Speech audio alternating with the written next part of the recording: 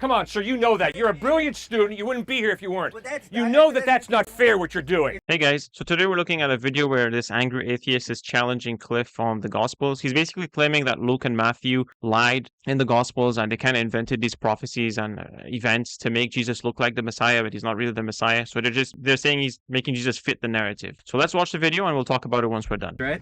As it turns out, about a year ago, I thought I came to Stanford. I thought I have all these smart friends who are Christians. I might as well start looking into it, right? Great. And then I open up Matthew and I open up Luke, and suddenly it becomes apparent to me that, okay, something's not right here. And here's my claim, and then I'll back it up with some evidence. The gospel writers are willing to intentionally manipulate historical facts in order to fulfill a theological purpose. Really? That's why I say this. In Luke, the family is originally from Bethlehem. Then, hold on, I have this in my notes here. Sorry, they're from Nazareth. They go to Bethlehem for a census. Apparently there's this Roman census. People have to go back to their ancestral homeland. And so they're back in Bethlehem. That's where Jesus is born.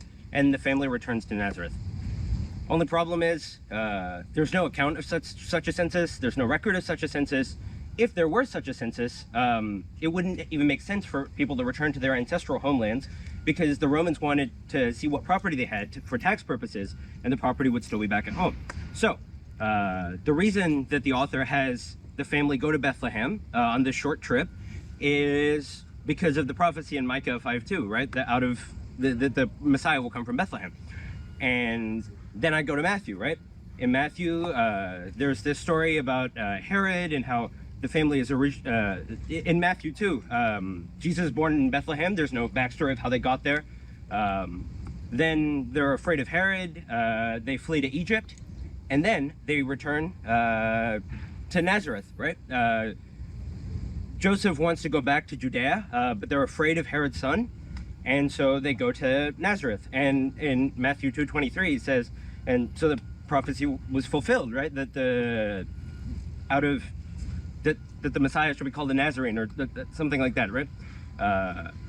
The only problem with that is there's no such prophecy. I think the scholars, or the consensus is that it was a mistranslation of the Hebrew word Nazir, which means consecrated one.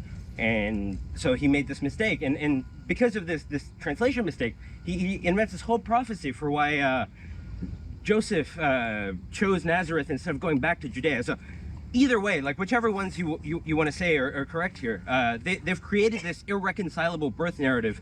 They need Jesus to be born in Bethlehem, and so Luke invents a census. Matthew comes up with a prophecy that doesn't even exist to justify why they were in Nazareth. Either way, my claim is that they were willing, one of those two at least, were willing to twist a historical fact in order to align with the theological narrative that they wanted to make Jesus conform to. Different perspectives between Matthew and Luke. Obviously, Jesus grew up in Nazareth, but he was born in Bethlehem. No problem, no contradiction. Different perspectives. And sir, every time you put together history, you want different perspectives that include different details. In fact, that's one of the reasons why I trust the Gospels to give me accurate historical information, because they have similarities and dissimilarities. And if you study AP and Reuters and CNN and Fox, there better be some dissimilarities in the reportage. They better not be carbon copies. Otherwise, we got a real problem. So you're right. We have different perspectives in Matthew, Mark, Luke, and John. Different details included, other details excluded from different ones. That's one of the reasons I trust them as historically viable, because of the similarities and the dissimilarities. Similarities on the majors, dissimilarities on the minors. Why would they have to go back to their ancestral homeland for a census? Because in Israel and Palestine at that point, that was the requirement, to Bethlehem, because it was the house of David. If there was a census throughout Rome, the Roman Empire, there would be no record of all these people traveling back to their homelands. It's recorded as happening in Palestine, in Israel. Okay, it's not saying that every part of the Roman Empire. It's similar to Paul saying, I preach the gospel to the whole world. Did Paul go to Antarctica? Did he go to Australia? No, but he's using the word whole world to talk about the known world at that point. So obviously the gospel writers are talking about the known world at this point. There was a census taken and people went back to their ancestral homeland. No other attestation whatsoever of this census where everyone has to go back to their homelands. Not everyone in the whole empire happens to fulfill this prophecy. Oh, baloney. That's not fair at all intellectually. And they have to go back to their family homeland, their family town of birth. It's not a problem. Convenient, isn't it? What do you mean convenient? Every number of years they took a census. There's no other census where we have anyone saying that they have to go back to their ancestral homeland. Fine. But they took censuses, and it happened that in Israel you had to go back to your town of birth or your family birthplace. Okay, so again, this is where I think if we have no record of anything like this, through something we would obviously have records if there was this massive census where everyone had to go back. This is why I think there's at least some evidence to say this. But then let's go to Matthew then. He's saying that they went to Nazareth. This prophecy in Matthew 2:23 was fulfilled, but the prophecy never existed. So at the very least, we have these irreconcilable birth narratives, right? The reason you're wrong, I'll tell you why you're wrong, because you are addressing Old Testament prophecies that are used in a very difficult way. Those Old Testament prophecies that Matthew, Mark, Luke, well, especially Matthew, uses to show that Jesus is Messiah are very difficult to interpret. No question about it. We agree. But there's no massive contradiction. Instead, it's a real difficulty. Matthew, how are you using this Old Testament prophecy to show that Jesus is really Messiah? Very difficult issue, we agree. Very difficult. So then, either way, what you have is a birth narrative that cannot be reconciled. That the family fled to Egypt true at all. And come back to Nazareth. That's not true at all. Or did they go That's to not Bethlehem fair. for a census? Which one is it?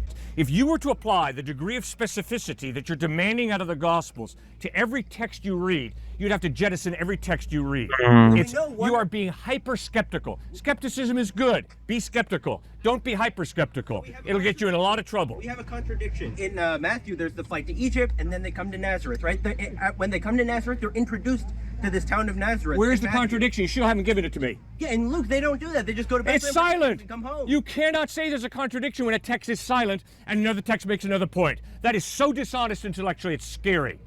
If one U.S. history book talks about the Battle of Gettysburg and the other U.S. history book makes no mention of the Battle of Gettysburg, you do not have a contradiction. You have no contradiction when one text is silent. Come on, sir, you know that. You're a brilliant student. You wouldn't be here if you weren't. Yep. You know that that's not fair what you're doing. It's even more fair what you're not doing, because you're saying the census just so happened in this one place in the Gospels and we have no record of it. That's baloney. There are plenty of records of a census being taken. Quirinius was governor in 4 AD. Wow, that's a really long gestation period for Mary to have Jesus in her womb. Well, wait a second. There's evidence that Quirinius was governor of Syria in 4 BC as well. So there's no big problem. They're difficult issues. Yes, I agree with you. We've already said that.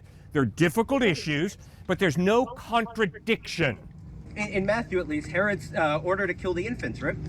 Why? Okay, if Herod was killing the infants, we'd assume there was some historical record of this outside of the You Gospel. gotta be kidding me. You think the Romans are concerned about whether Herod slaughters little babies? You think they're gonna make a record of that in the Roman history? Are you kidding me? He goes to Bethlehem and has his soldiers slaughter infants in Bethlehem. And if you think the Romans are going to be too concerned about a few babies slaughtered in Bethlehem, and therefore Pliny and Suetonius and Tacitus and all the great Roman historians are going to write, oh boy, Herod was a naughty boy. He slaughtered a few babies in Bethlehem. Come on, get real. Exactly. If you guys are keeping track, here's what we have so far. A census we have no record of, and Herod killing the infants, so much killing that this family had to flee, right? And no record of this. All these people living in Judea, right? We have not one record of Herod ordering the killing of these infants. Yes, you outside this do. one line. In the Gospels, you do. Exactly. So that's what I mean. There's no other attestation outside of... Yeah, fine. And where's the record of Jesus walking on the water in Roman history? Come on, sir. That's my You're claim. being The so Gospels intellectually are lying. dishonest. It's scary. The two of them are making it up at the very least. No, they're not making it up. They are recording a very accurate historical event. And just because you don't have a bunch of Roman historians around doing it as well... Anyone, any record whatsoever.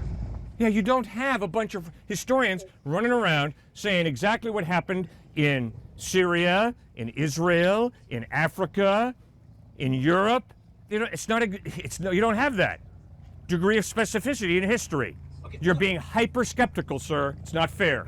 All right, so here's the thing that's kind of funny to me. This guy is acting like because Matthew and Luke mentioned different details, that somehow means they're just making stuff up. But isn't that exactly what you'd expect from different eyewitnesses? Like, seriously, if they said the exact same thing, word for word, I mean, come on. We'd all be sitting here going, oh, that's too perfect. That's obviously made up. You can't have it both ways. And honestly, if they were making it up, why would they include stuff that makes Jesus kind of confusing? Like, why say he got baptized? If you're inventing this perfect Messiah figure, you're not going to have him do stuff that makes people go, wait, why did he need to get baptized? Or that part where Jesus says he doesn't know the day or the hour. Or where he calls in the Gospel of Mark, a gospel written for the Gentiles, Jesus calls a Gentile woman a dog. Like, if I'm trying to sell Jesus to the world, I'm leaving those parts out.